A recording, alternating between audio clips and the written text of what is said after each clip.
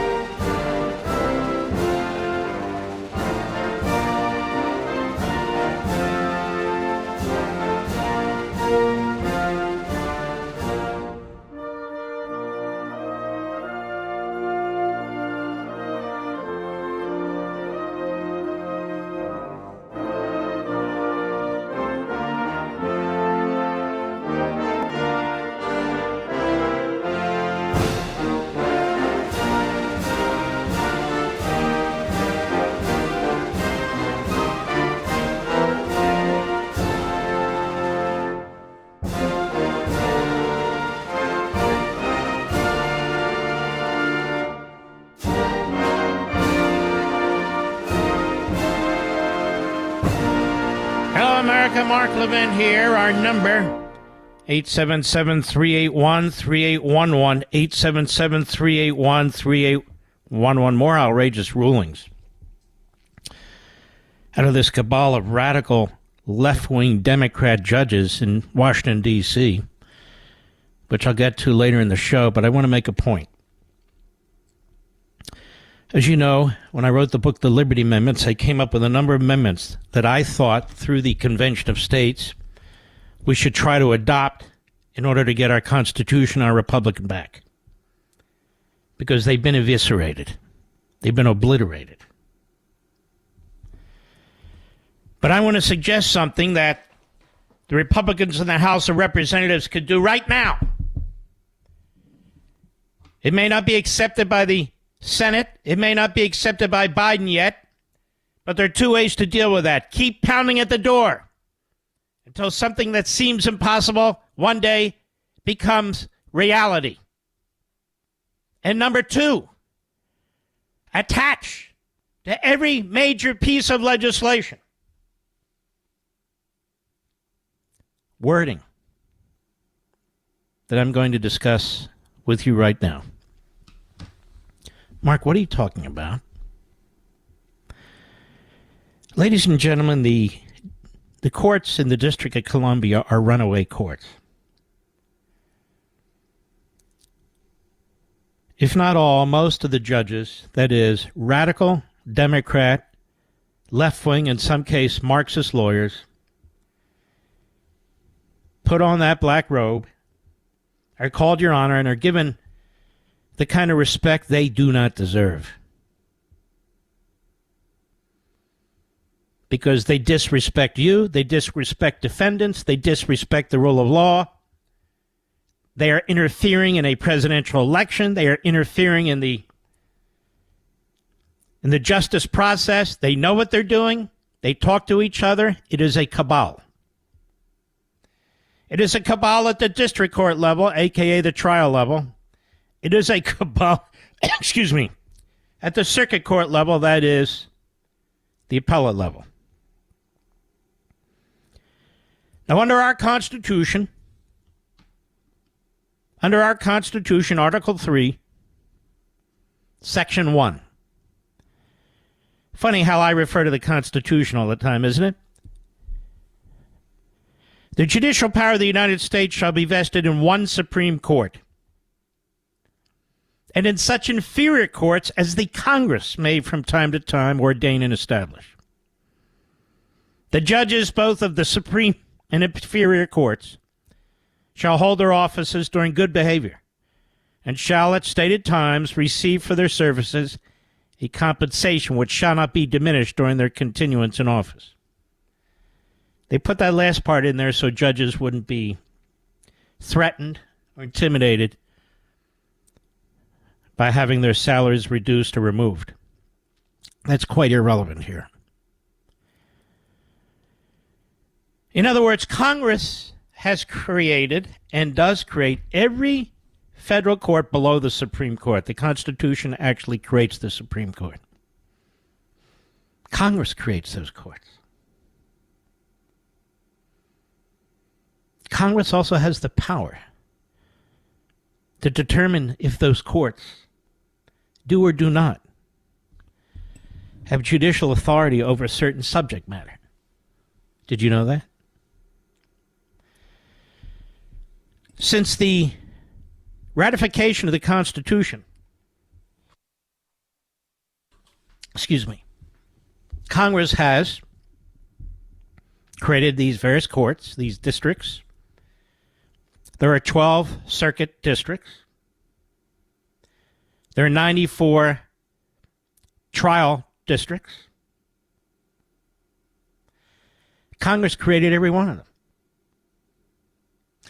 If Congress wanted to deny authority in certain subject matter jurisdiction, it has the power to do that. The Constitution gives them that power. It's a direct grant. Now you know why I'm not a former federal prosecutor. I'm a constitutional lawyer. So we have a court in Washington, D.C., the Circuit Court. Then we have lower courts in Washington, D.C., 12 active district judges, as well as judges on what they call senior status. I'm not going to go through again for you what we've talked about before here and on Fox and on Levin TV. But the majority of the judges at the trial level, the district court level, are Obama and Clinton appointees. And of those, most of them are Obama appointees. And he selected the most radical bomb throwers he possibly could, and they're now judges. Now, these are flesh and blood people. These are lawyers who are picked from obscurity, and they become federal judges for life. You know, people talk about term limiting this, term limiting that. I don't necessarily disagree with them, by the way. But nobody talks about term limiting specifically the federal judges in Washington, D.C. So, number one, I want to put that on the table. That is something we should add to a list of constitutional amendments we want. I know it's difficult. But we must term limit those judges because it is extraordinarily powerful part of our judiciary, way out of line with what the framers ever had in mind. That's number one. Number two, we have a cabal. Whenever you have a cabal, you have tyranny. And we've recognized that throughout American history. The Constitution is concerned about cabals. That's why we have separation of powers. That's why we have checks and balances. That's why we have federalism. That's why we have the Ninth Amendment, where you have individual rights as declared in the Declaration of Independence. That's what the Ninth Amendment's all about. People, we're not sure what the Ninth Amendment means. That's what it means. It's the connection to the Declaration.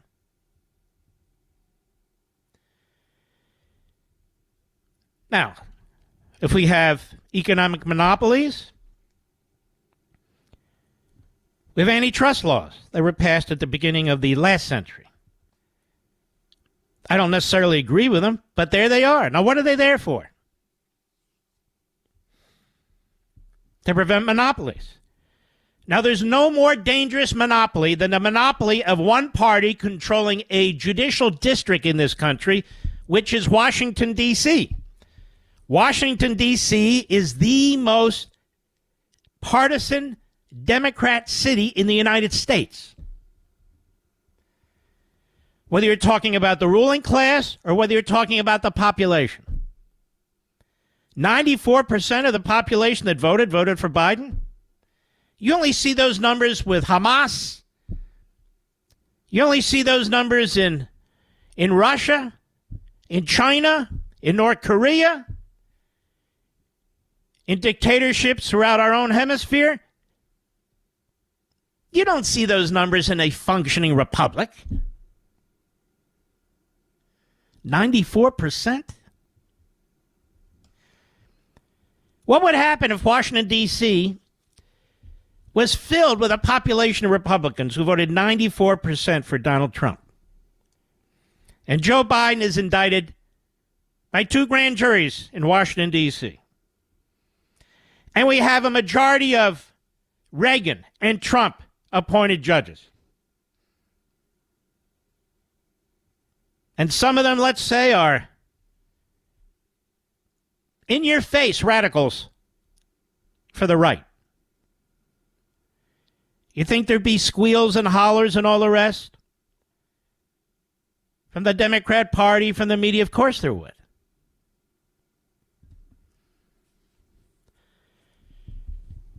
Now, since the beginning of Congress, we've had judiciary acts. Without a judiciary act, we wouldn't have any of these lower courts. And the Judiciary Act also directs the Department of Justice and prosecutors throughout the country. Sometimes it provides for sentencing guidelines and so forth and so on. The criminal code is adopted by statute. Congress has a lot of say in this. Purposely. Congress is supposed to be made up of our representatives. When you have what are lifetime appointed Democrats, lifetime appointed bomb-throwing, radical, Marxist, and left-wing judges who are abusing their authority, who are using their positions, who are using these courtrooms and their lifetime appointments to destroy this country, to destroy our legal system, our constitutional system, to destroy the Bill of Rights, to destroy the rights of defendants, to have due process, probable cause, a jury of their peers, real peers, then you have nothing.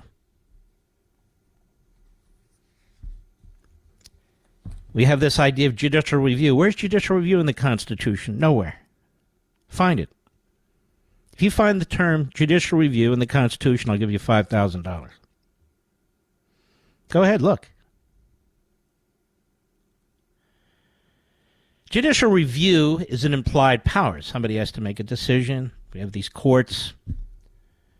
There have been big books written about them trying to convince you and me that it's really a solid power. No, it's an implied power. You read the Constitution in context, you can see the judiciary is to be and was to be very weak. The Federalist Papers tell us the judiciary is and was to be very weak. These men didn't fight a revolution for judicial review and a judiciary. They fought a revolution for representative government. That's what they did. Not lifetime appointed district and circuit court judges. It's time to reform the judiciary. It's time to reform the judiciary in Washington, D.C. It's time to break up this cabal of Marxist ideologues who don't give a damn about due process and the rights of defendants if they're Republicans or if his name is Donald Trump. And I sit here really appalled, disgusted, that not a single Republican in the House of Representatives, despite all the talk, not one has been talking about this. Not one has presented a Judiciary Act. Not one.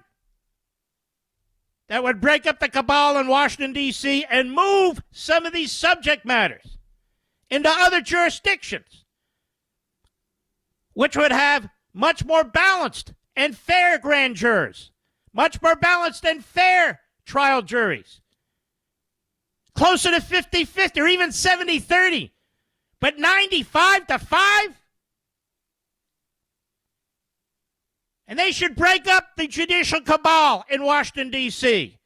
at the circuit court level, which was expanded and packed by Obama and Reid, and the D.C. court level.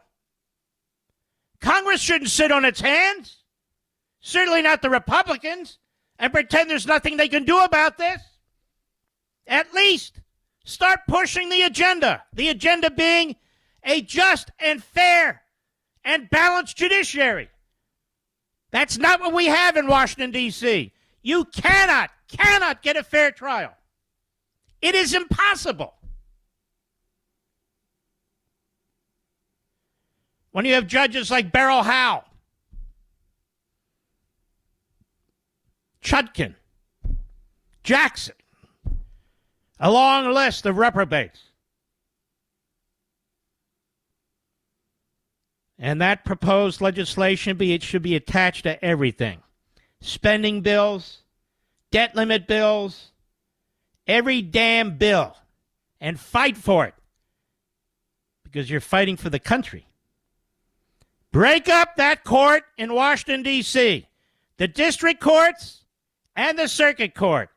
Take authority away from them and give it to other parts of the country, other jurisdictions, other judges who know what their real role is, and other citizens in a more balanced and objective community. I'll be right back. Mark Levin.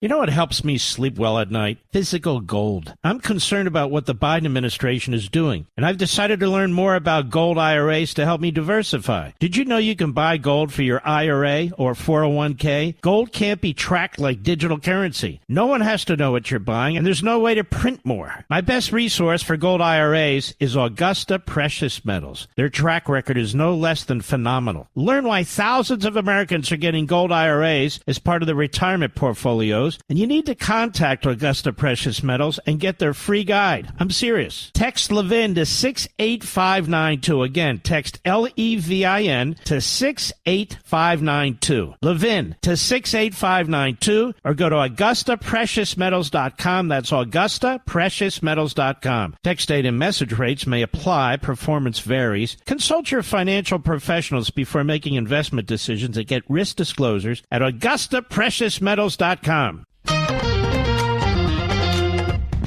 Virtually every matter that involves the federal government, or at least allegations by the federal government, is heard in a federal court in Washington, D.C. That's why these are considered the second most powerful courts in America. Virtually every matter, whether it's January 6th, whether it's espionage cases, executive privilege cases, cases involving the bureaucracy, the IRS, they all have to be brought in Washington, D.C. Why is that? Because that's what Congress has done. Not in Virginia, not in West Virginia, not in Pennsylvania, not in Maryland, not in New Jersey, all in the city of Washington, D.C., the District of Columbia. Not even a state. More when I return.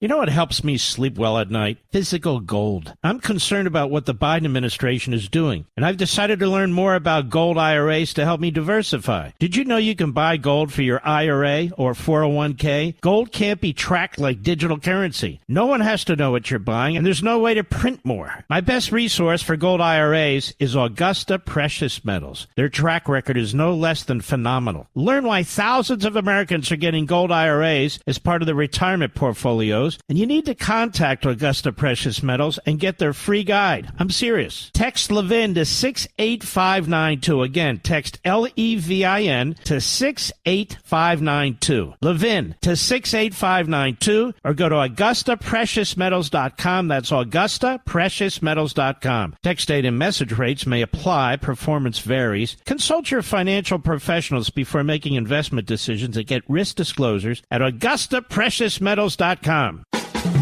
Mark Levin, the modern voice of the Founding Fathers.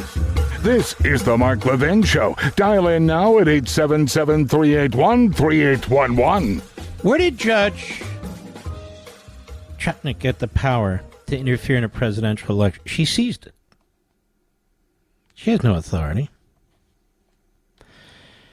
And it's the same judges over and over again, mostly the Obama judges, not all of them, but mostly the Obama judges. All the Obama judges, but I mean not all the judges in that particular district, who do the same thing over and over and over again. Listen to this. AP. Rudy Giuliani, a federal judge, ruled today. Rudy Giuliani is liable in a defamation lawsuit brought by two Georgia election workers who say they were falsely accused of fraud, ruling that the former New York City mayor gave only lip service to complying with his legal obligations while trying to portray himself as the victim in the case. This is a judge who's making editorial comments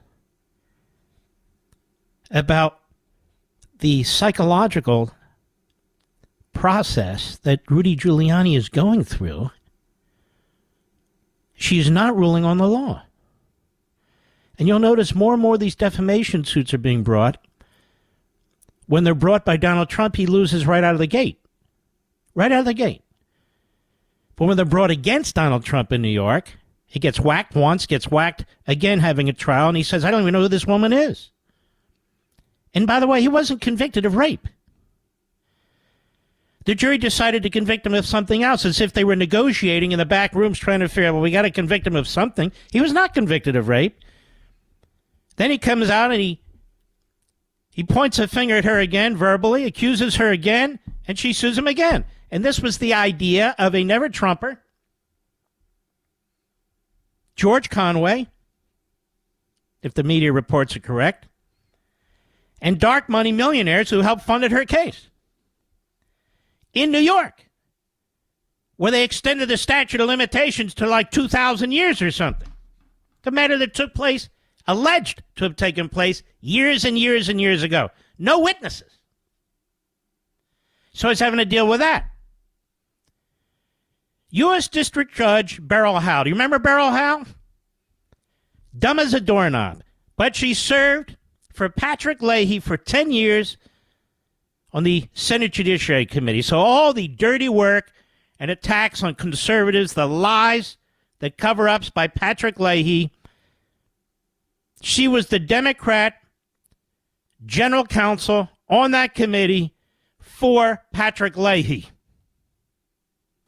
And she gets a judgeship. Obama puts her on the court. And she's the chief judge of the district.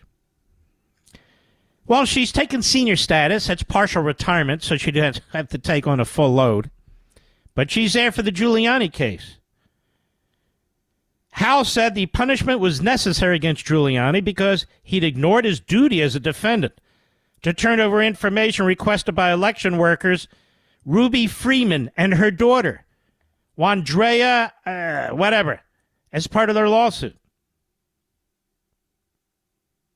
So she said he's withholding information, he's dragging his feet, therefore, without the trial, I rule against him. What? And not only that, Giuliani is therefore ordered to pay significant damages to the women in addition to tens of thousands of dollars in legal fees he's already being directed to pay. He has to pay their legal fees. On top of the fees for defamation, so-called. The workers' complaint from December 2021 accused Giuliani, one of Trump's lawyers, of defaming them by falsely stating that they had engaged in fraud while counting ballots at State Farm Arena in Atlanta. In a statement Wednesday, the women said they had endured a living nightmare and an unimaginable wave of hatred and threats because of Giuliani's comments. Okay, well, nobody's ever faced that before, have they? But that's not even my point, the substance of the case. It's the same judge who denied Donald Trump attorney-client privilege in secret. It's the same judge who agreed with the Biden regime and the Department of Justice and Jack the Ripper Smith, the special counsel,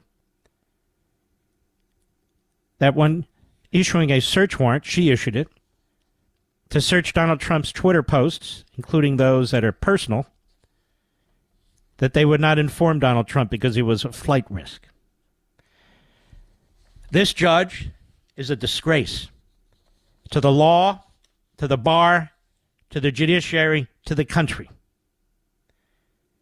So how do you move her? Well, she'll never be moved because you have to impeach. You have to get a conviction in the Senate. That's not going to happen. So don't waste your time, Republicans.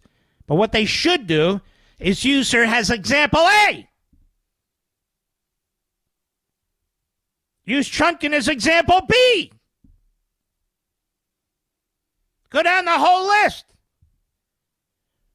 Example C, example D, example E of the abuses of power by these judges, of the political nature of their rulings, of statements they make from the bench. We're going to have Julie Kelly on here in the third hour about this Chunkin and what she said on the bench. It's shocking. And they figure nobody can touch me. I have a lifetime appointment. What are you going to do about it? And they get cockier and cockier, more authoritarian every day, more abusive every day. Who's going to stop them? John Roberts on the Supreme Court?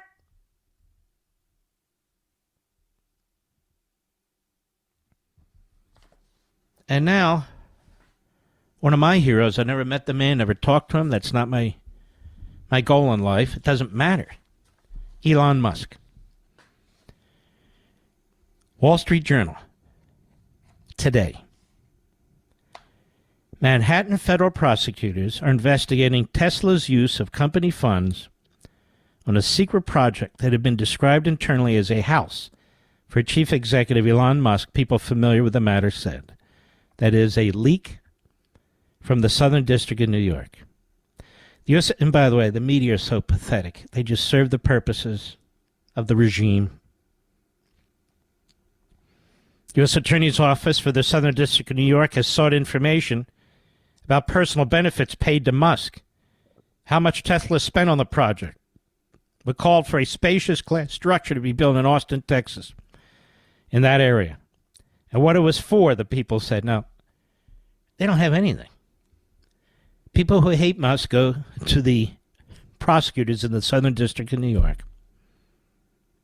They say, you ought to see there's this glass structure. It's spacious, and he's used Tesla money, but it's really for him. It's not for Tesla. And then they break open a criminal investigation. But the Democrats say, you can't prove anything on Joe Biden. There's nothing. 20 shell corporations? Oh, that's nothing. Endless participation in phone calls in violation of FARA? Oh, that's nothing. Tens of millions of dollars received by his family from the communist regime in China, from the corrupt regime prior to Zelensky in Ukraine, from the wife of Putin's hand-picked Moscow mayor. Tens of millions of dollars. No, we got to get Elon Musk. There's this glass building, somebody said he's been... Elon Musk. Elon Musk now and Tesla are essentially under a criminal investigation. Now, you all know damn why this is. Because he bought Twitter. He took it out of the control of the Biden regime and the Democrat Party. He truly wanted it to be and wants it to be as much of a free speech platform as possible. The media try and pick him to death. Cherry pick, oh, look, he did this. Oh, look, he did that. The same Pravda bastards in the media who don't believe in freedom of speech for us. The government censoring, an explosion of censorship under the Biden regime. But now we're going to investigate Musk. We're going to take the world's richest man and we're going to show him. He may have hundreds of billions of dollars, but we're the federal government. We control the law. The law, when put in our hands, defeats money every time. Ask Donald Trump. Ask Rudy Giuliani. The Wall Street Journal was the first to report. Oh, they're so proud. Look at this. We got the leak from the U.S. Attorney's Office before anybody else. Wall Street Journal was the first to report in July that Tesla board members had investigated whether company resources were misused on the secret effort known internally as Project 42, and whether Musk was personally involved. The outcome of Tesla's internal investigation couldn't be learned. You know, we have an internal investigation by this once Chief Judge Beryl Howell, on whether or not Donald Trump has the right to attorney-client privilege that goes back to the Roman period, to the Magna Carta. And they took it away from him.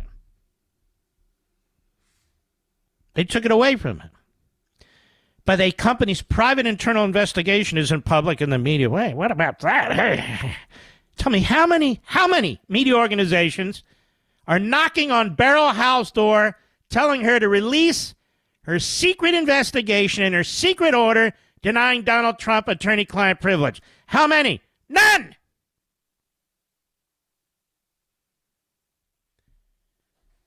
But not to be outdone, the Securities and Exchange Commission has opened a civil investigation. So now you have a criminal investigation in New York, a civil investigation by the SEC in Washington into Project 42, and is seeking similar information from the company, one of the people said.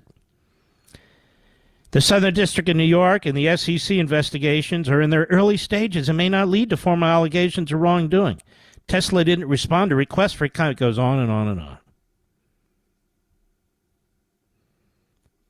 Employees were working on Project 42 last year. Plans called for spacious glass building to be erected near the automaker's Austin area headquarters, the Journal reported. At one point, the building was envisioned in the shape of a twisted hexagon. What does this have to do with anything? Is this Architectural Digest, Mr. Producer? No, they want you to get mad. The guy's got money. Look what he's building. Look what this bastard's doing. This guy, Elon Musk.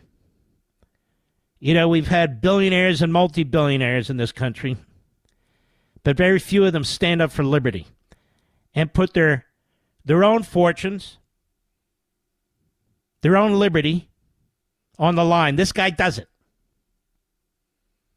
He took on Twitter. He exposed Twitter for the corrupt Biden regime, Democrat Party regime, FBI regime, DOJ regime that it is and was.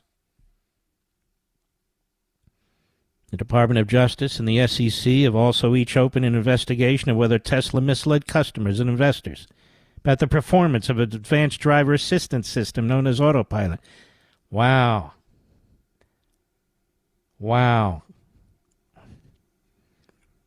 They're going after Musk. They're going after his company. They're using your tax dollars. They're using the enormous power of the prosecutor's office, of the Securities and Exchange Commission. 87,000 new IRS agents, America. They're trying to bring down Musk. They're trying to bring down Trump. They're trying to bring down Giuliani. These are iconic figures. These are historic figures. And tell me, how many big-time Democrats are they trying to bring down? Obviously, they're protecting Biden from everything and anyone.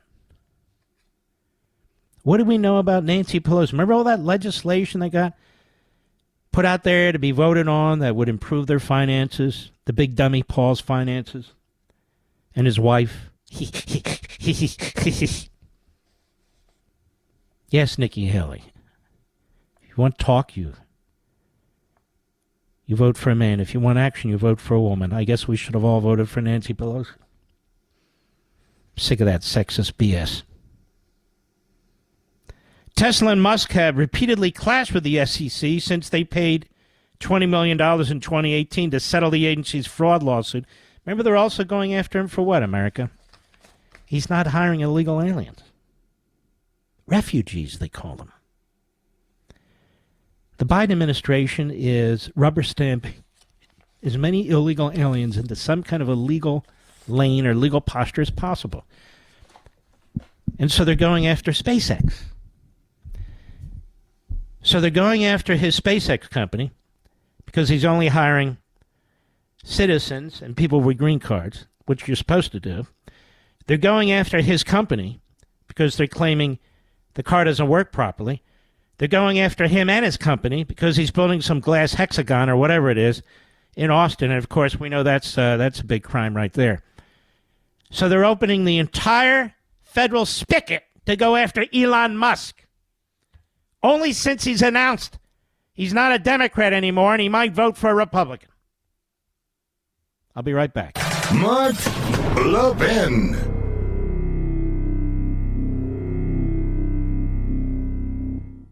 You know what helps me sleep well at night? Physical gold. I'm concerned about what the Biden administration is doing, and I've decided to learn more about gold IRAs to help me diversify. Did you know you can buy gold for your IRA or 401k? Gold can't be tracked like digital currency. No one has to know what you're buying, and there's no way to print more. My best resource for gold IRAs is Augusta Precious Metals. Their track record is no less than phenomenal. Learn why thousands of Americans are getting gold IRAs as part of their retirement portfolios. And you need to contact Augusta Precious Metals and get their free guide. I'm serious. Text Levin to 68592. Again, text LEVIN to 68592. Levin to 68592 or go to AugustaPreciousMetals.com. That's AugustaPreciousMetals.com. Text date and message rates may apply. Performance varies. Consult your financial professionals before making investment decisions and get risk disclosures at AugustaPreciousMetals.com. Now, in this same D.C. court jurisdiction, we'll discuss this more next hour, a Washington, D.C. jury finds pro-life activists guilty of violating the FACE Act, an abortion clinic blockade. Now, ladies and gentlemen, we have all kinds of blockades in this country by protesters. Basically, they took over several blocks in Seattle. They took over federal courthouse in Portland. They've taken over parts of cities. They break into businesses and steal to their heart's desire. But these 5 pro-life activists, wait until you hear this. I'll be right back. This segment of the podcast is exclusively sponsored by Pure Talk. Pure Talk offers great coverage and can save your family money on your wireless bill every single month. Go to puretalk.com to find the plan that's right for you. Thank you again for listening, and thank you so much for this sponsorship, Pure Talk. He's here. He's here. Now, broadcasting from the underground command post, deep in the bowels of a hidden bunker, somewhere under the brick and steel of a nondescript building, we've once again made contact with our leader, Mark Levin. Hello, America. Mark Levin here. Our number, 877-381-3811. 877-381-3811. We're going to keep moving quickly. You can tell my own mind when I organize the day's show, I often have themes to prove a point. I want overwhelming evidence and information to prove a point, and just want to add one more here. Dealing with what's going on in the Washington, D.C. judiciary. You thought the Soviet Union fell. Well, not in Washington, D.C. it didn't. Not in Washington, D.C. It's there. And the Stalinists are wearing black robes. This from Breitbart, Catherine Hamilton. A Washington, D.C. jury, I'm sure jury of the peers of the defendants, found 5 pro-life activists guilty of violating the Freedom of Access to Clinic Entrances, or the FACE Act, on Tuesday, for seeking to prevent abortions by blocking the entrance of an abortion clinic in 2020. Isn't it interesting? Only for this subject do we have these extra-constitutional, anti-First Amendment violations. Only for this subject, abortion. And they're bringing case after case after case. The phony Civil Rights Division in the Department of Injustice, and the head of the phony Civil Rights Division is a Marxist, racist bigot. Now, how do I know that? Do I know her? I've never met her in my life. We know what she has said, and we know what she has written. And it was all available to every one of us during her confirmation process, Democrats all lined up behind her. The jury found pro-life activists Lauren Handy, Heather Idoni, William Goodman, Herb Garrity, and John Hinshaw guilty of conspiracy against rights. They used that Ku Klux Klan Act. Conspiracy against rights. Footnote. That statute was passed by Republicans as part of a whole package of things to do to try and destroy the Klan, including Grant sending the U.S. Army down to the South, as I've said over and over and over again. And you had the Klan on the run, and then the Democrats won the House, and they cut them off. The Ku Klux Klan Act that was passed, which is now being used against pro-lifers, it's being used against President Trump, has nothing to do with its modern usage. Nothing. What happened was the Klan was murdering, torturing, brutalizing, intimidating, threatening freed black slaves from voting, because they were voting overwhelmingly Republican, among other things. And so they passed this, what I call the Klan Act. Violation of rights. Conspiracy against rights. Violation of rights. Rights of whom? Freed black slaves. That's whom. Has nothing to do with anything today. Doesn't matter. Doesn't matter. What, are you expecting a law here that actually upholds itself? No. Here we have 5 pro-lifers. Ready for this? The activists could face a potential minimum sentence of 11 years in prison, 3 years of supervised release, and a fine up to $350,000, according to the Department of Justice. Who did they assault? Nobody. What did they destroy? Nothing. Assistant U.S. Attorney Sanjay Patel argued that Handy, who's now an activist with the Progressive Anti-Abortion Uprising, PAAU, designed the invasion into the Washington Surgery Clinic in October 2020, an abortion facility infamous for late-term abortions. I thought they didn't do late-term abortions, or that the Democrats didn't support them. By the way, Jen Psaki, you are a pathetic serial liar. You were before you went into the White House, when you were in the White House, and now, of course, on MSNBC, where they like pathetic psycho liars like you. According to the WUSA 9 in Washington, Handy and the other activists gained access to the clinic by scheduling an appointment under the name of Hazel Jenkins. Some simply kneeled and prayed at Santalalo's facility. Some passed out pro-life literature and counseled abortion-minded women. Others roped and changed themselves together inside the facility, according to Handy's attorneys from the Thomas More Society of Pro-Life Law firm. They're tremendous lawyers. They also represented Mark Houck when they tried to take him out. March of 2022, a year and a half ago, under Biden, the DOJ charged Handy and 8 others with conspiracy against rights, the Klan Act, and freedom of access to clinic entrances, the FACE Act. The DOJ charges occurred the same month that Handy and PAAU's founder and former executive director, Teresa Bukovinak, allegedly discovered the remains of approximately 115 aborted babies in a waste box from the Washington Surgery Clinic, 5 of whom they say may have been partially aborted or killed after birth in violation of federal law. The Biden administration and Democrats have no interest in pursuing that, for crying out loud. The D.C. police had previously told Breitbart News the deaths of the 5 babies are still under investigation. Sure they are, yeah. Attorneys with the Thomas More Society wanted to make the argument that Handy was acting out of a desire to defend unborn children. But U.S. District Court Judge Colleen Collier Cottley, a Clinton appointee, as I recall, said in her decision on August 7 that the claim was not legally viable and that she would not condone citizens donning a vigilante's hood, according to the Daily Caller. So, a vigilante's hood, a hoodie. They're wearing a hoodie. Can you imagine saying to somebody out of the hood who's being charged with a minimum of 11 years, potentially a crime? Hey, I can't condone people breaking into stores wearing hoodies. Can you imagine that?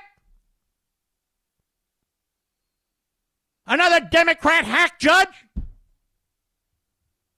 In the same damn Washington, D.C. court? Thomas More Society has noted that Dr. Sandagello's Washington Surgery Center, quote, has long been the subject of controversy and suspicion, with reason to believe that the late-term abortionist was leaving born-alive infants without care. This is integral to understanding Lauren's motive that day in October 20. This is what they claim. This is what they say. In 2013, Lauren viewed an undercover video published by Live Action exposing Santinalgel. The video left a lasting impact on her, and ignited her passion for pro-life advocacy, according to her attorneys. She quit college, moved across the country, and dedicated her life's work to advocating against abortion. Lauren could never forget the grim reality she had seen and heard on that undercover video and the horrible live birth abortions. That is, the refusal of care after the child survives an abortion she reasonably believes occur inside that abortion facility, said her lawyers. And her lawyers are referring to Live Action's undercover video of the clinic in which Santinangelo, in which he was allegedly recorded saying he would not assist a baby that is born alive in a botched abortion. Quote, "We would do things we would. We would not help it," he told an undercover investigator in 2013. Let's say we wouldn't intubate. Let's say, okay, yeah, we wouldn't do any extra, It would be, a person that would be a terminal person in the hospital, let's say, that had cancer. You wouldn't do any extra procedures to help that person survive. Can you imagine the Democrat Party, the Department of Justice, these federal judges being on the side of that kind of debauchery, butchery, inhumanity? And people are peacefully protesting? And they want to throw them in federal prison?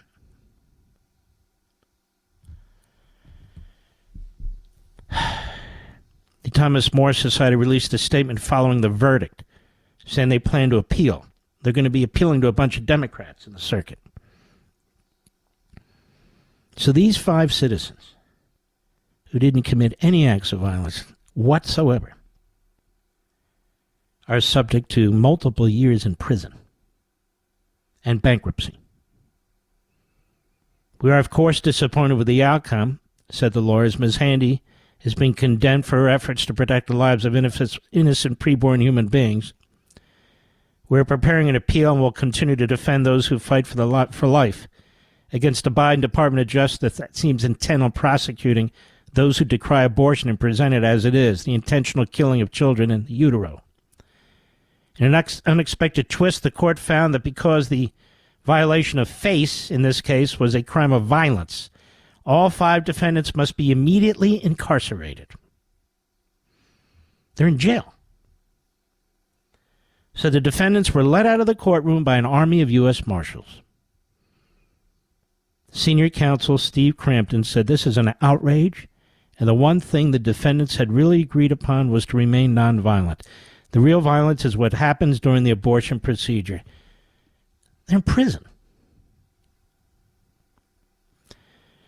PAAU, a left-wing pro-life group, left-wing, which currently employs Handy as its director of activism, released statements on Twitter stating they believe they have strong grounds to appeal and feel optimistic and so forth. I don't know, America. The guilty verdict led to an outcry from members of the pro-life movement who called the trial a sham. It should lead to an outcry anybody who believes in life and civil liberties. Lila Rose, founder and president of Live Action, released a statement slamming Judge Colleen Collier-Cottley for refusing to admit it sent a Nagella investigation video into the evidence. Oh, I see. She wouldn't even let the video into evidence. Amazing. One of the nation's leading pro-life groups, Susan B. Anthony Pro-Life America, also issued a statement condemning this.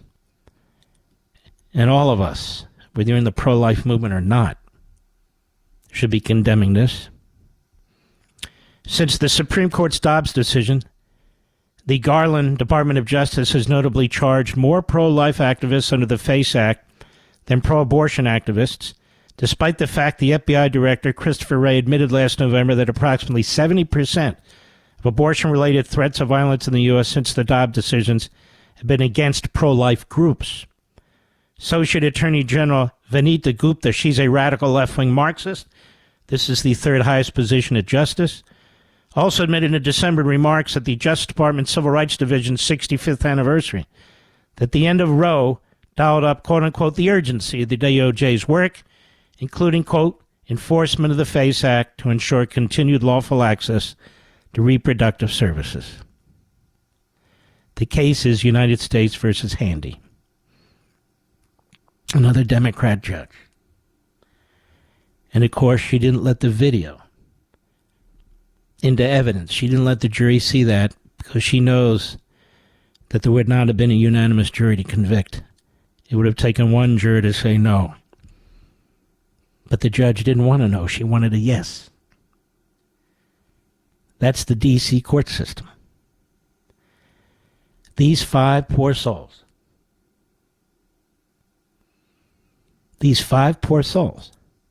are in prison tonight. They didn't hurt anyone. They didn't damage any property. They exercised their free speech rights. Maybe they trespassed. That's a slap on the wrist. They're in prison tonight. I'll be right back. Mark Levin.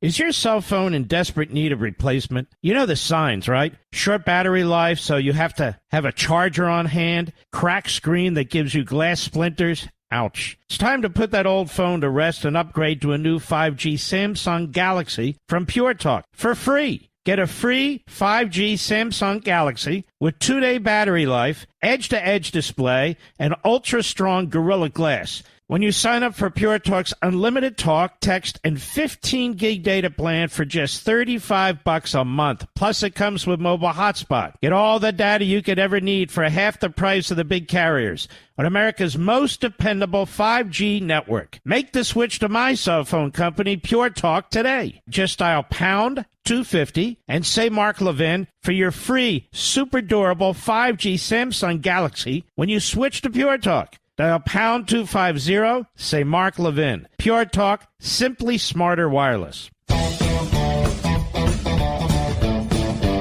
I want to give a salute to our man Jim Jordan out there. This guy he's consistently patriotic. This is from Town Hall. House Judiciary Committee Chairman Jim Jordan continues to make it clear that he's not playing games with the Biden administration. Yesterday, the chairman sent letters to Chief of Staff Jeff Zients and Attorney General Merrick Garland to share his concerns, that's the Chief of Staff to Biden, regarding the stunning revelations that Special Counsel Jack Smith's office had met with White House officials just weeks before Smith indicted Donald Trump. The former and potentially future president is likely to be President Joe Biden's opponent for the 2024 election, of course. The letters were first shared with the New York Post, which had received an exclusive about the meetings between Jay Brad of the Special Counsel team and Caroline Saba, Deputy Chief of Staff for the White House Counsel's Office, on May 31, 2023. FBI agent Danielle Ray joined as well. Trump was indicted on June 8, in this instance for his handling of classified documents. This new information raises serious concerns regarding the potential for a coordinated effort between the department and the White House to investigate and prosecute President Biden's political opponents. Jordan's letter to both Zients, or whatever the hell the name is, and Garland notes early on with regards to the report from the Post. Not helping the situation, the letters to both men note that the committee has previously raised concerns about Mr. Bratt. Remember this little bastard? He's accused of extortion. One of the Obama judges, the chief judge, the new chief judge, he's kept it under wraps for months, doing a secret investigation. He's accused of extorting another lawyer. He said previously raised concerns about Mr. Bratt's involvement in this matter, which you have declined to address to date.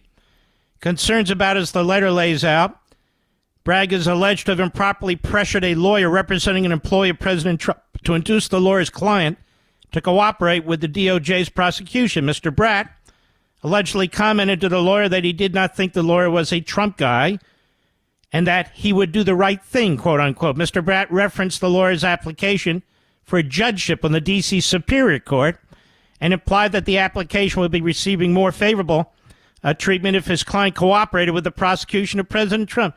I mean, what is the status of this? This guy's still going in the courts in Washington and in Florida without any resolution of this. The facts reinforce the serious concern and so forth. So, Jordan says, look, we want any communications between this guy Bratt, the White House, Justice Department, involving these investigations of Trump and these charges against Trump. And, of course, the media in America could give a damn. They just don't care. They just don't care. By the way, as for the New York Post, Mr. Producer, I will reveal this to you, and I haven't to anybody. We had offered them sort of a serial presentation of parts of my book. You've seen book publishers do that with other outlets. You've seen that with, Woodward and Bernstein and so forth. Without comment, the New York Post turned us down. They don't want to do it for my book. Is your cell phone in desperate need of replacement? You know the signs, right? Short battery life, so you have to have a charger on hand. Cracked screen that gives you glass splinters. Ouch. It's time to put that old phone to rest and upgrade to a new 5G Samsung Galaxy from Pure Talk for free. Get a free 5G Samsung Galaxy with 2-day battery life, edge-to-edge display, and ultra-strong Gorilla Glass when you sign up for Pure Talk's unlimited talk, text, and 15-gig data plan for just $35 a month. Plus, it comes with mobile hotspot. Get all the data you could ever need for half the price of the big carriers on America's most dependable 5G network. Make the switch to my cell phone company, Pure Talk, today. Just dial pound 250 and say Mark Levin for your free, super durable 5G Samsung Galaxy when you switch to Pure Talk. Dial pound 250, say Mark Levin. Pure Talk, simply smarter wireless. Mark Levin, the research arm of conservative media. Call in now, 877-381-3811. I know. It's tough. I would like to see the Republicans in the House now. I've made the case for the entirety of their show for breaking up the cabal in Washington, D.C., the cabal of lawyers dressed up as judges.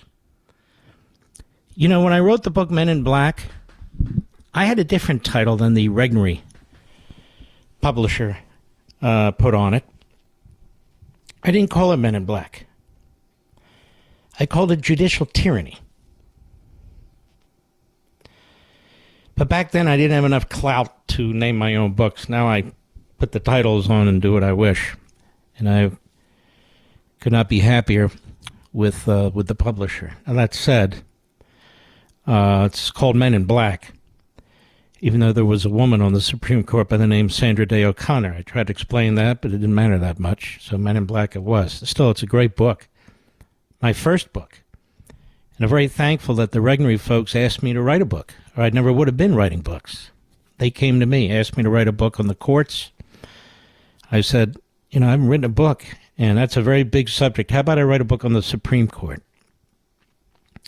And that's how Men in Black came to be.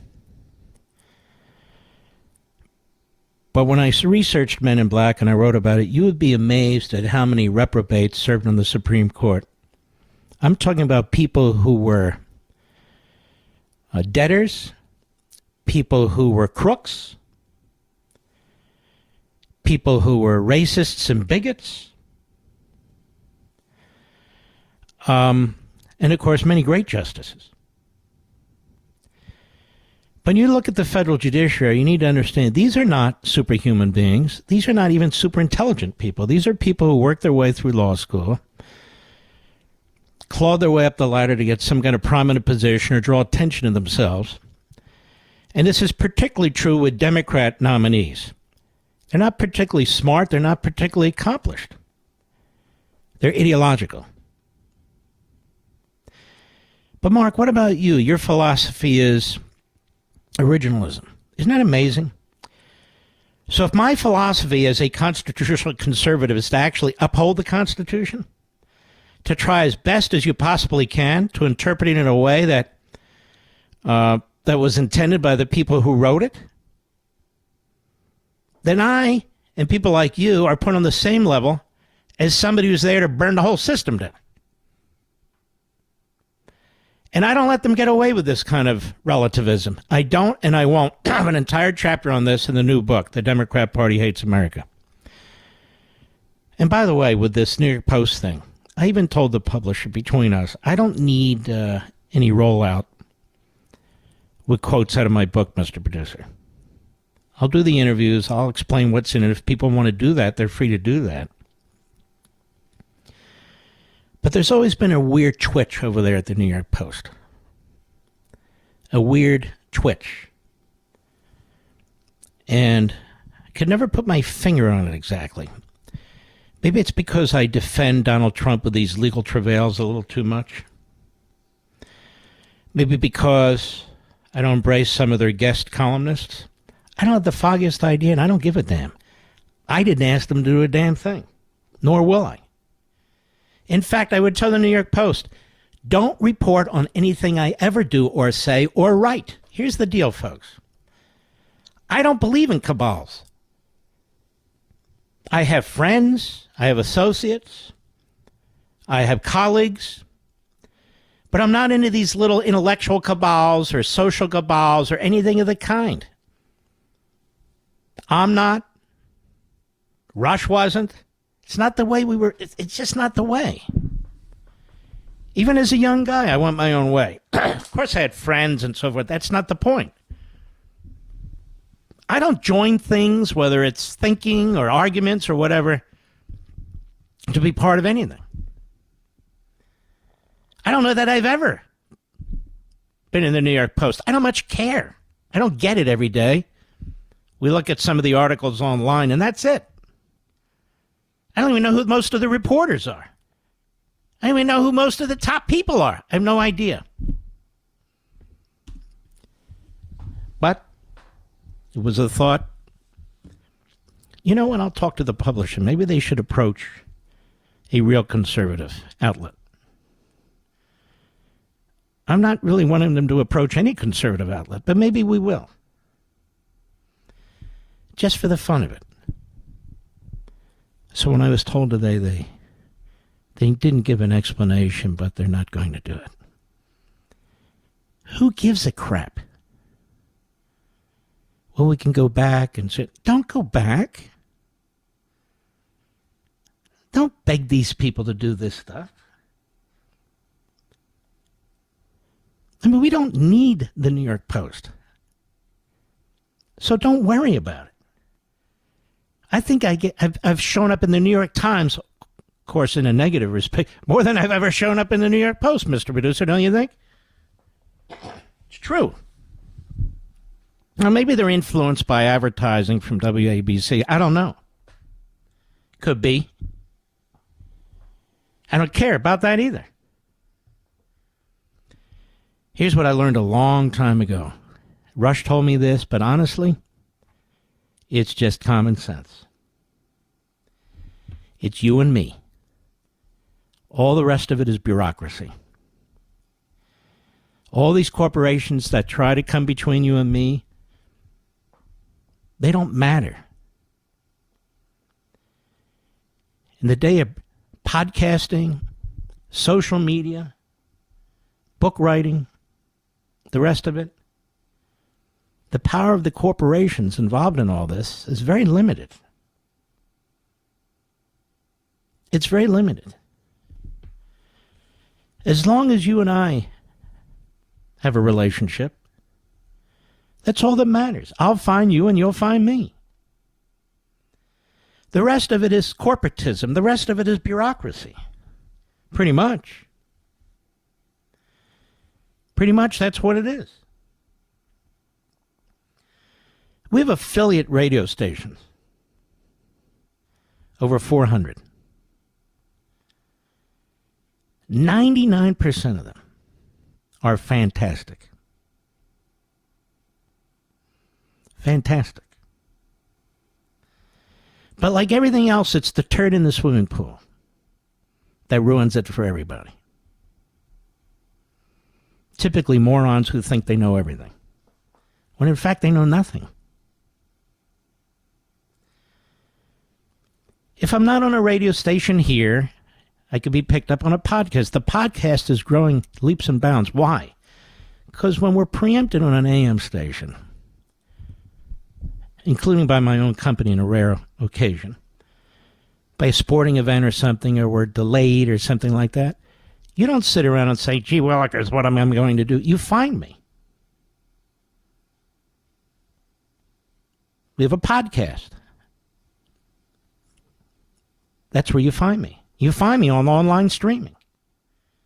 You find me on the iHeartRadio or the Mark Levin app. You find me. We know this because the numbers show us that. I wish I could find you. I just don't know how to do that yet. It's not so simple. So these aren't setbacks. What these people or these corporations do is they reveal themselves. That's what they do. So we're going to keep having Miranda Devine on, even though she works for the New York Post. Why? Because she's an exquisite thinker and journalist. And some of the others. I'm not going to do tit for tat. But you should know that. It's just the way it is. This book is controversial even before anybody out there, other than a handful of friends and opinion makers I know, has even read it. So if the title is scaring people away, maybe that's a good thing. Because then you know who to trust and who not to trust. You know the Democrat Party hates America. You know exactly what they're doing to the country.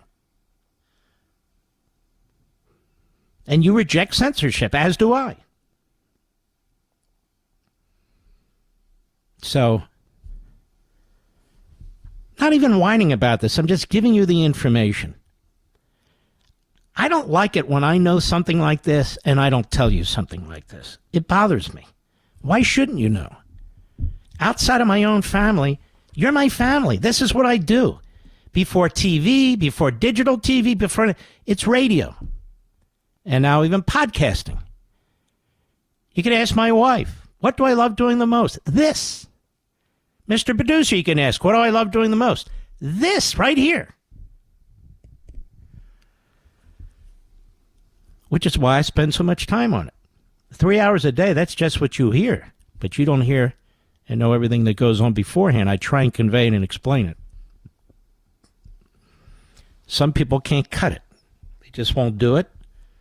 Or they figure they can do something else or make more money doing something else. I don't know. I don't care. If we ever did do an equivalent of Russia's Ditto-Cam around here, and I'm flirting with it, you would see something pretty interesting. No, not that. I'm in my office all by myself. I'm not in a corporate studio. I'm in my own office. We have almost no overhead here. I don't even charge Westwood One and Cumulus for my office space, for utilities, for for anything, do I, Mr. Producer? You'd also find something else. Mr. Producer's not here. He's in New York. Mr. Call Screener's not here. He's in Florida. And when it comes to the radio show, the actual production, that's it. It's me, Mr. Producer, Mr. Call Screener. We have a wonderful affiliate, gentlemen. Wonderful. Darian, but I'm not talking about affiliate relations right now. I'm talking about the production of the show. It's 3 people. That's it. I don't have 6-8 people. I don't want 6-8 people. I don't want anybody doing my research. Mr. Producer is the best producer in the business, bar none. He's been with me 20 years. He knows me better than I know me. It's the truth, Rich. Mr. Call Screener is one of the most patriotic, intelligent young guys you'll ever meet. I think we've had a total of 3 calls, maybe 4 call screeners in 20 years. And they've gone on to better things. Look at Guns. He's now a writer. He does broadcasting. He's a great guy. What am I trying to say? I don't have these big cabals of social circles, professional circles. I don't like them. I don't like them. All they are is trouble. So I don't give a damn what the New York Post does. I don't give a damn what any of them do. Why? Because this is a relationship between you and me. No corporations in between as far as I'm concerned. I'll be right back. Mark Levin.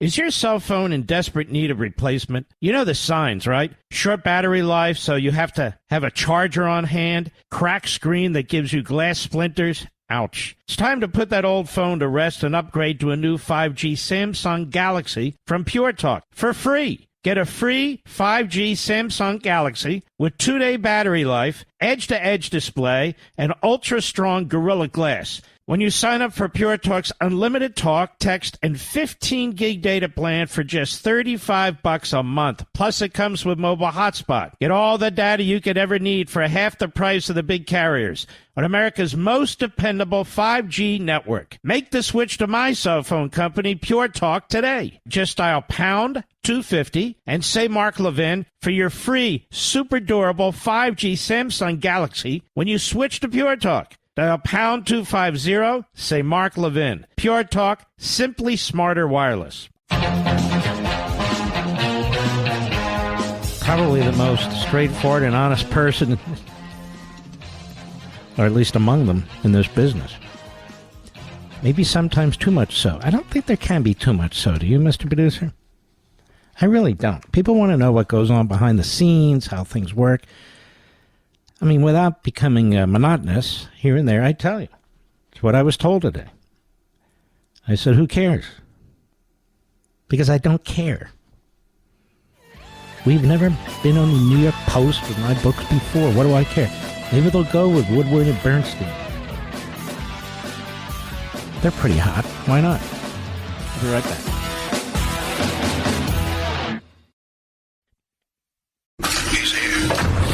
He's here.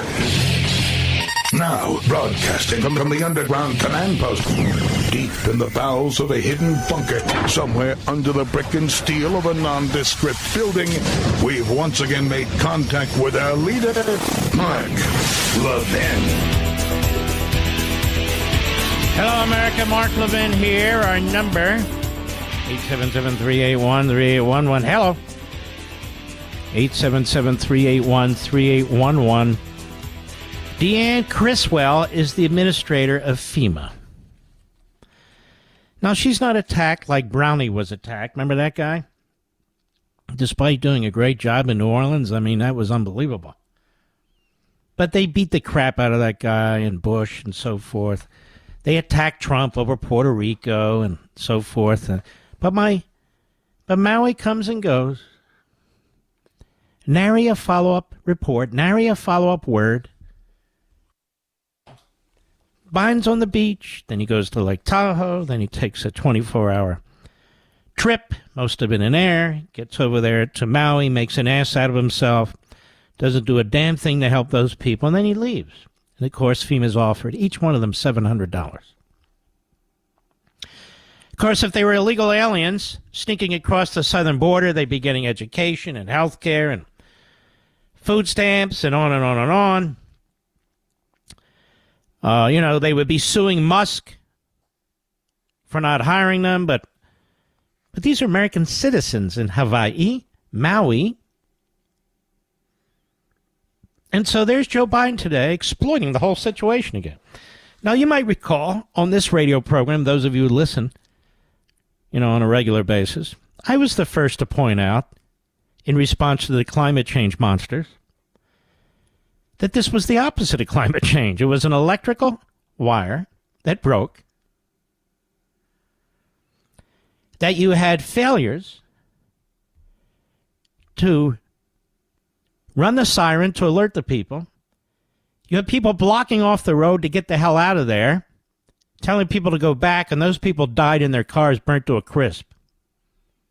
There's those who defied the authorities. Most of them, they're the ones who lived.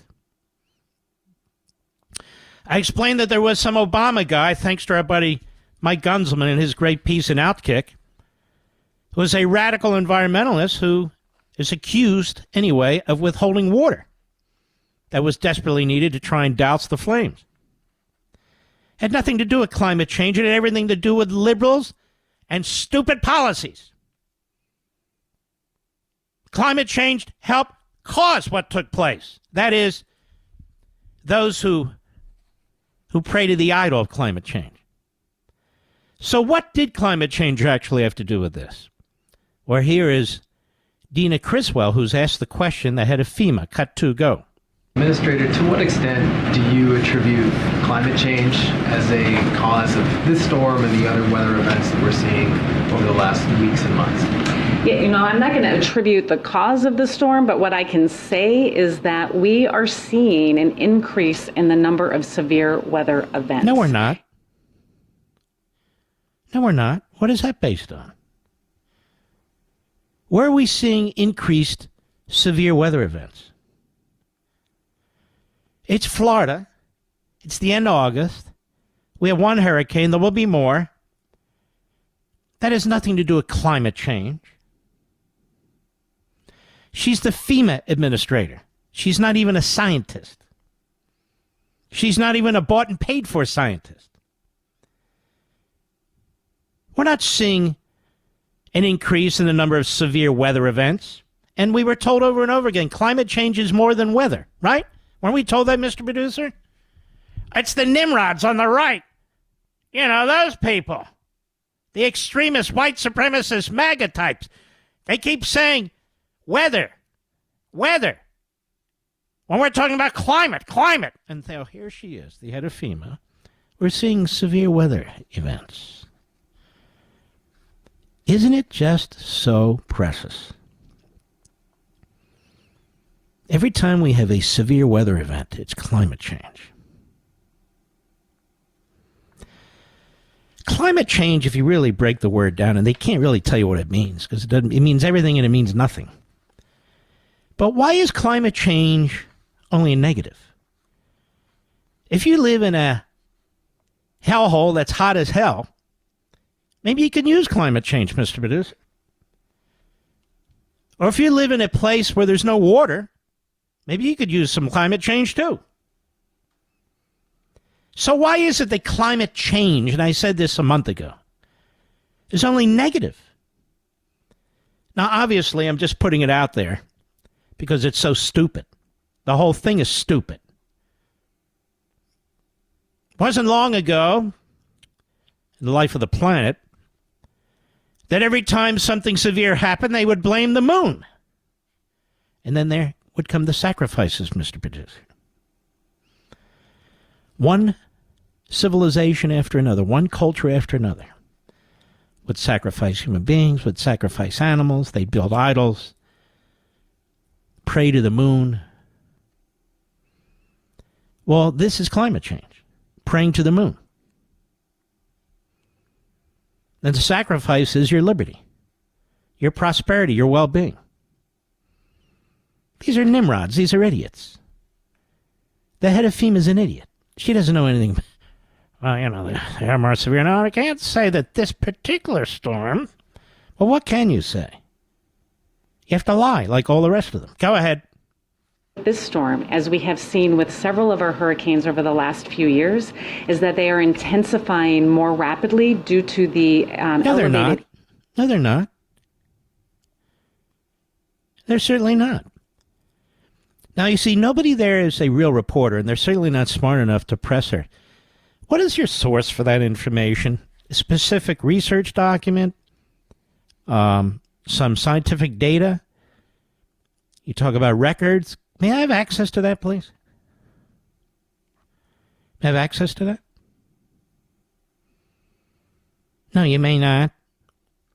The least transparent administration on the planet. No, yeah, you can't have that. Just take my word for it. And then they go through their propaganda. Just like they're bang at the moon. Bang at the moon. Go ahead. Temperature in the Gulf or in the Pacific or whether it's in the Atlantic. These storms are intensifying so fast that our local emergency management officials have less time to warn. What does this have to do with what took place in Maui, by the way? See, she doesn't want to answer really what took place in Maui. That their dumbass policies on climate change, in other words, the war on capitalism, the war on your comfort, the war on the combustion engine, the war on fossil fuels. It's just like gun control. Every single event that occurs where some nut job is killing people is about guns. Every single weather event, severe weather event that occurs is about climate change. I've had enough of her. Let's listen from the number one moron, the biggest imbecile roaming the planet at this point, Joe Biden. Cut one, go. I don't think anybody can deny the impact of the climate crisis anymore. Just look around. Historic floods. Historic floods. Remember that flood that occurred, Mr. Producer, if you open the Bible? Remember that flood that occurred? That blew out all of humanity? Remember they had to put 2 of each animal on Noah's Ark? Remember all that? That seemed like a pretty bad flood. Ladies and gentlemen, this guy is dumber than a sponge. How do they say of all time and history, and they don't have any foggy idea what they're talking about? Historic floods. What is he talking about? Historic floods. Can you name 3 historic floods, Joe? Of course he can't, except the one in his pants. And his depends. More intense droughts. Can you please explain to me how a drought becomes more intense? Isn't a drought by its very nature a problem? In other words, there's no water, or very little. So how does it become more intense? How does a drought become more intense? Then he has extreme heat. You know, we have areas in this world where there are deserts that used to be plentiful. They used to have plantation. They used to have natural water. That are now deserts. But they didn't become deserts because of the automobile or because of incandescent light bulbs or because of the flush toilet or anything else. Completely out of our control. Go ahead. More intense droughts, extreme heat, significant wildfires have caused significant damage. Wildfires, because we have significant dummies who will not remove the dead wood in these forests and some of the other types of wood that fuels these fires. They won't do it.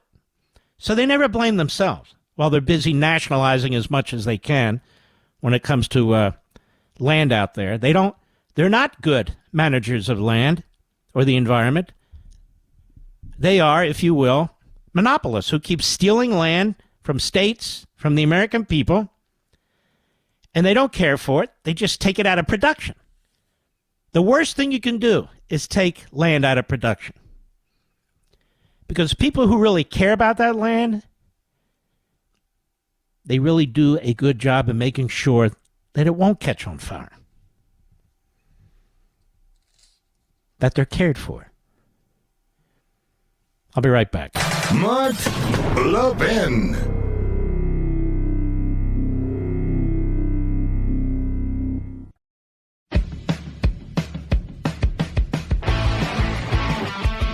Well, it's always a pleasure to have Julie Kelly on, and when there's some breaking story about the cabal of radical Marxist judges in Washington, D.C., I always like to speak to her. And you have looked at the transcript of what took place on Monday in Judge Chutkan's courtroom when President Trump's lawyers was there and the phalanx of the government lawyers were there, Julie Kelly. What did you find? It was stunning. And Mark, I just want people to know, you have to pay for the transcripts, which is fine. I paid for that transcript. I have now put the entire transcript on my Substack, Declassified with Julie Kelly. I want everyone to read it. I was going to just do an article. Hold on one second, Mark, Mr. Producer. Put that on all of our social platforms, please. The link. Go ahead. Because I couldn't do her justice, right? I want people to read it for themselves, what this lunatic said in court, which, as you were talking about last night, not only the outlandish notion that Donald Trump should have been preparing for this trial a year ago, a year before he was indicted, because as she said to Trump's lawyers, well, you know that this grand jury was impaneled in September, you should have been collecting evidence or know at least what the discovery that the government or DOJ was going to produce. But what I found most outrageous, Mark, is that she compared January 6th. Let's wait there 1 minute and explain that to the public. How many defense lawyers are preparing a defense? Preparing a defense a year or two in advance of a charge that they're not even aware that's going to be brought, or the lawyer wasn't even on the team. I mean, what kind of a stupid comment is that? And she said it repeatedly, Mark, right? She didn't just say it one time. She actually got into sort of a low-key argument with John Lauro, Trump's defense attorney, who I'm sure had to, his jaw was probably on the ground at the thought of a federal judge admonishing a defense attorney, saying, well, you really should have known what this evidence was. You knew that this grand jury was impaneled in September. And when he kind of fought back, she said, well, I'm not saying it was your obligation, but it was your opportunity. And he had to point out, I was just hired a month and a half ago, and the indictment was handed down August 1st. But this was her justification for a fast-tracking this trial. So all these lawyers, I want to have a conversation with you. So all these lawyers, in the future, all the defense lawyers, in every case, should have anticipated, especially those that haven't even been hired yet, who might hire them and what charges might be brought, thereby allowing a trial to occur in 5 months in a massive case like this. Now, everybody knows that's stupid. Go ahead. Yes, everyone knows that that's stupid. And so this was her justification for fast-tracking it, although, as Trump's lawyers pointed out, the government said they have 12 million pages of discovery. And the argument was, a lot of this is from Trump's materials. It's his Twitter feed. It's from his PAC. It's from the J6 committee, arguing this is sort of public information. But as you know, Mark, and any attorney listening has to be dying laughing, although, of course, it's not funny, that his lawyers or Donald Trump himself should have been compiling, millions of pages of things that might have been used for evidence in charges that he didn't even know what they were going to be. And he didn't even know he was going to be charged. And the January 6th committee has destroyed a lot of information. Okay, so this is a complete ruse. She's a complete hack. But what else did you find? Yeah, she really is a hack. So aside from that craziness, and, she did admit the government could not come up with a single case in the D.C. District Court that went to trial within 5 months. from indictment to trial. I will tell you, Mark, as someone who's covered all this for more than 2.5 years, the average time is around 14 to 16 months for a January case to go from arrest to trial. And in high-profile trials like the Proud Boys and Oath Keepers, it could be 20 to 24 months. But now she is setting this 7 months between indictment and trial. And you know what she did to justify that? She compared January 6th to the Boston Marathon bombing and to 9/11. And she said, well, in the Boston Marathon case, the defendant went to trial 2 years after the attack, after the incident. So she's patting herself on the back while comparing a 4-hour disturbance at the Capitol 30 months ago, where the only people killed were Trump supporters. She's comparing Donald Trump basically to Zacarias Moussaoui, who's who she cited in that, and the Sarnev brothers. Have you ever been in her courtroom and listened to her in a case at all? I just happened, Mark, to be in her courtroom for the one sentencing of the one defendant who went to trial. She's only had one January 6th trial, and it was a man from Alabama who went to trial on 4 misdemeanors. And I write about this, the contempt that she had for this man. It was just dripping out of her. He's a good old boy from Alabama, 4 of the common misdemeanors, refused to take a plea. She scolded him for not taking a plea deal. She scolded him for exercising his right to go to trial. She reminded him that you benefited from the very same system that you railed against on January 6th. You got public defenders. We had to pay for government lawyers. We had to compensate jurors. She said all this? She absolutely did. I've got the transcript. Is she as dumb as she sounds or as radical as she sounds, or both? I'm going to go with both. I really am.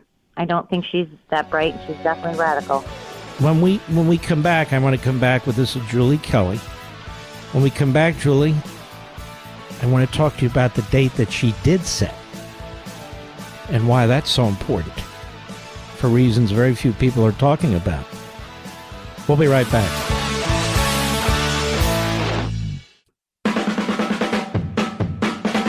Mark Levin, the thunder on the right.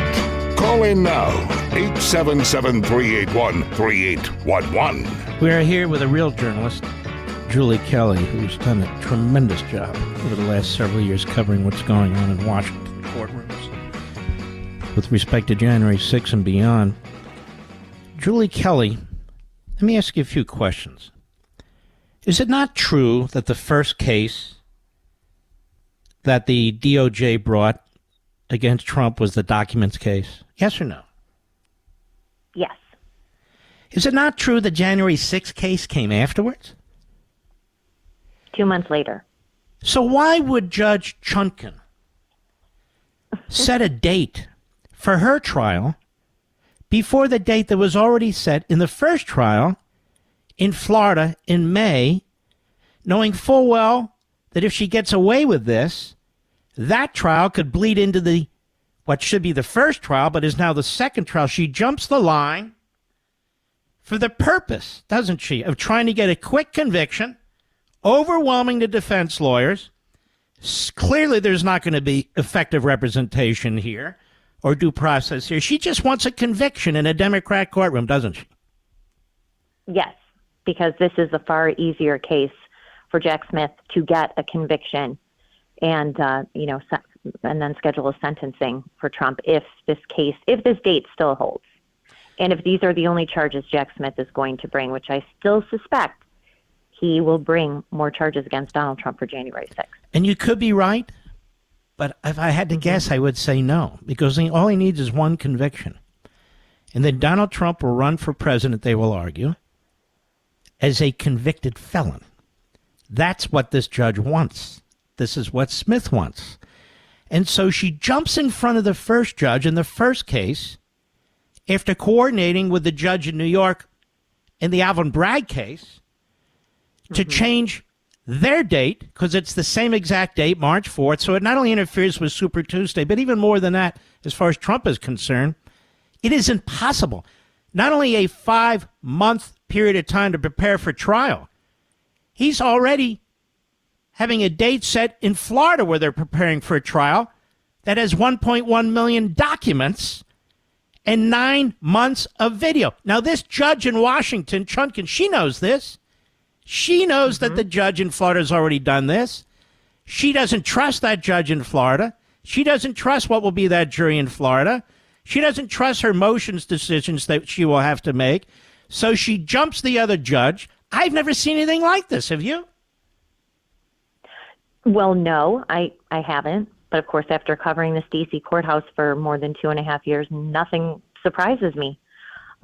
So her setting, 7 months between indictment and trial with all the discovery, and as you said, jumping the line over a classified documents case before Judge Cannon in Southern Florida. I mean, who's going to hold her accountable, Mark? That's the problem here. These judges are the villains, right? They are the villains. They are the rot in our system.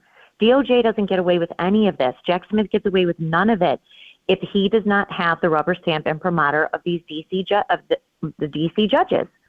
And that's why they don't want this case to go to trial before Judge Cannon. She's already called them on numerous problems in their case. And so they don't want that case to go forward. It's a weak case.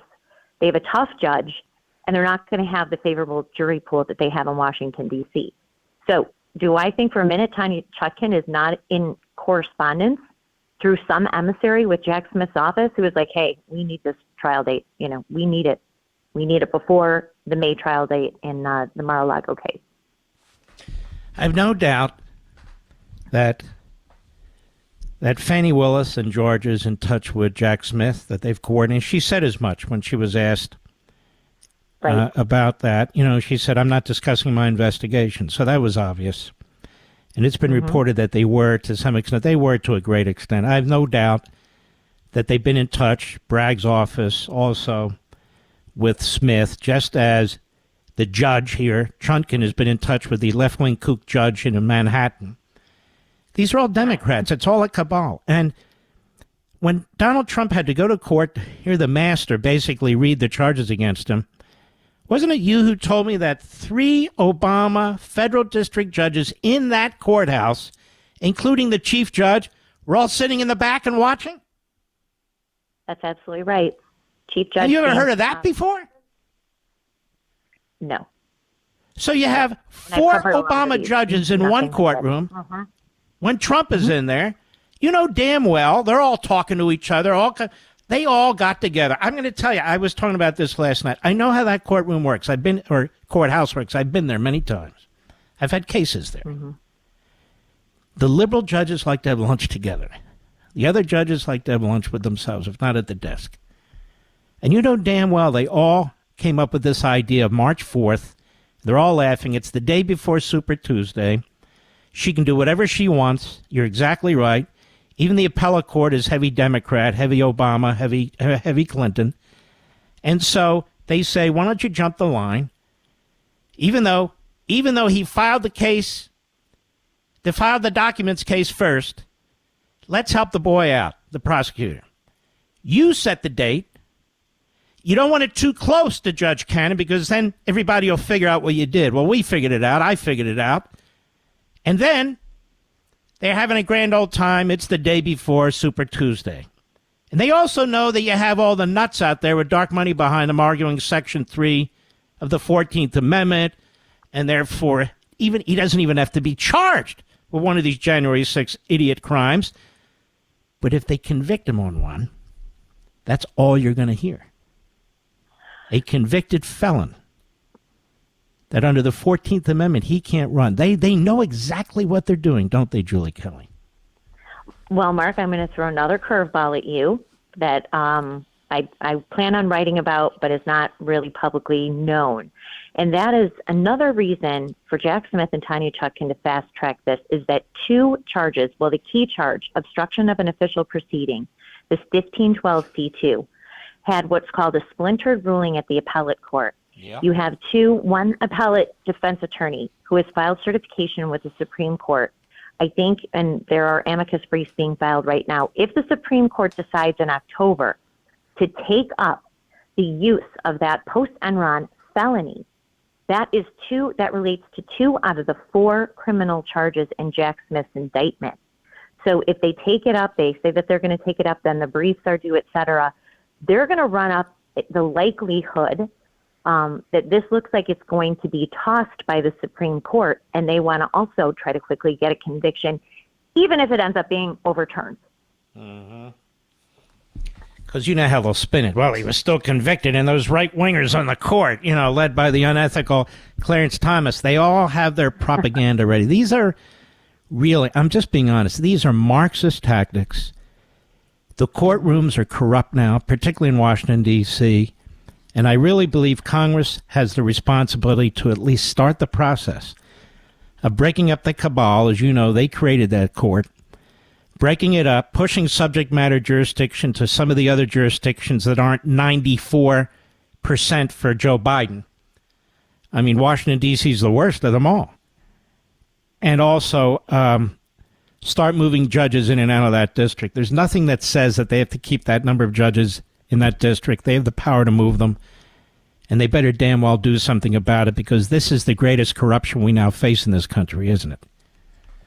It's terrifying. And not only that, Mark, they need to dismantle the D.C. U.S. Attorney's Office and the Washington FBI Field Office, because that is the triumvirate of corruption. All they do is work hand in hand. Mark, they're still arresting January. I'm getting alerts all day today. They are accelerating the charging and arrest of January 6th defendants now more than 30 months later. I read they want to get to 3,000 people. Right. I just read that today. Yep. 3,000 people, and they want. Look, I don't know the Proud Boys from the Bad Boys, but they want to give 33 years to the head of the group that wasn't even there because he has texts and other messages that they say he used to help incite and so forth and so on, and they want to put him behind bars for 33 years. Mass murderers don't get 33 years. That's right. And remember those 2 Molotov cocktail Ivy League lawyers?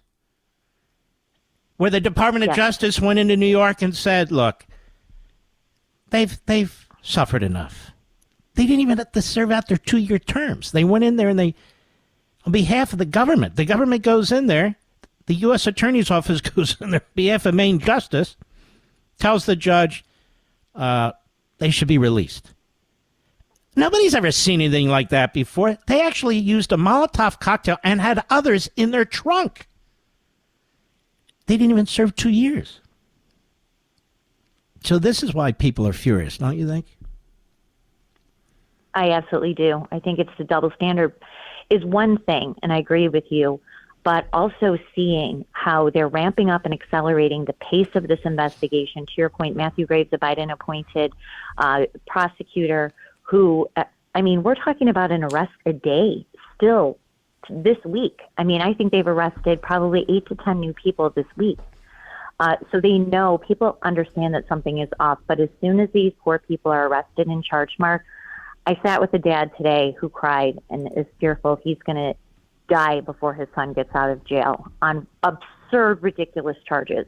What these families are going through, what these defendants are going through, and the gratification these judges take and these line prosecutors in inflicting pain on people with no criminal record, who committed no violence, who walked into a public building on a Wednesday afternoon in a building we own, and the pain, the gratification they get in inflicting pain on regular Americans simply because they protested Joe Biden's election.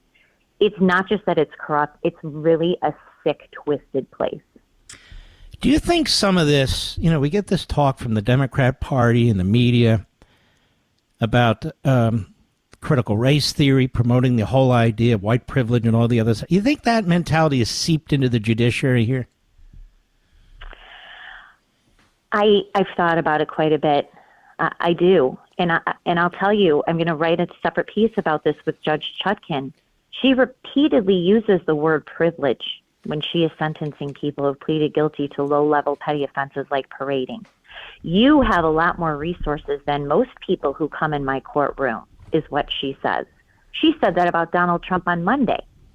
I mean, her references to white privilege and that you have attorneys and you have families that support you and you grew up in a loving home, meaning you shouldn't go to the Capitol for 15 minutes. It especially with her, it really does seep out. And that's a piece I'm going to be working on, and I will send it to you first as soon as it's done. Because I've been wondering about it, because she in particular, but others, why wouldn't they think that way if their party's pushing that agenda? If it's being pushed throughout the federal bureaucracy, this whole idea of equity. She was a public defender for a period of time, which would make you think that maybe she'd be a little circumspect and a little sympathetic, but she's not at all. She is a bomb thrower. And there's something else going on here, and I think that's exactly what you say. And as you no doubt know, her grandfather in Jamaica was a Marxist revolutionary. Mm-hmm. And that government there even put him in prison for a period of time. Same with her uncle. Pretty frightening. All right. It is. Julie Kelly, I want to thank you very much. And Thank you, there's one other thing I wanted to read here to you, but I don't think I found. Judge's illness. What do you know about this judge, Timothy Kelly? You know, they said, well, he's a Trump appointee. So what? We all know, you know, that a lot of these district court judges are picked based on a deal that's made with the Democrats. You know, the Republicans will get 2, the Democrats will get 1, so they can get them through. So who is this guy? Do you know? I do, and I've written extensively about him. He was appointed by Donald Trump. He was a former federal prosecutor. He worked for Senator Grassley on the Hill. But he has been, in my opinion, Mark, one of the worst judges as it relates to January 6th. He has kept innocent men who were not accused of any violence on January 6th under pretrial detention, forcing them to languish in the D.C. Gulag and other prisons, denying their release because they were charged with obstruction and conspiracy. And he has allowed the government to get away with whatever they want to, including hiding discovery related to FBI documents and forms. His conduct has been atrocious and inhumane. So he gave a 3-hour oral ruling yesterday, Mark, which I'm also going to be posting. Just got that transcript as well.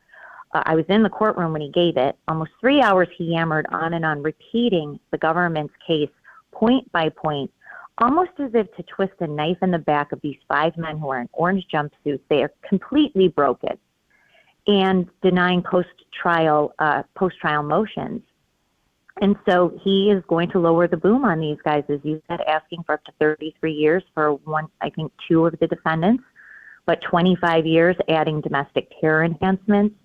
And so I was at the courthouse today ready for the first sentencing for Enrique Tarrio, and Judge Kelly called in sick. All right, Julie, keep reporting to us. I want to keep bringing you back. Thank you, and God bless you, my friend. We'll be right back. Mark Levin.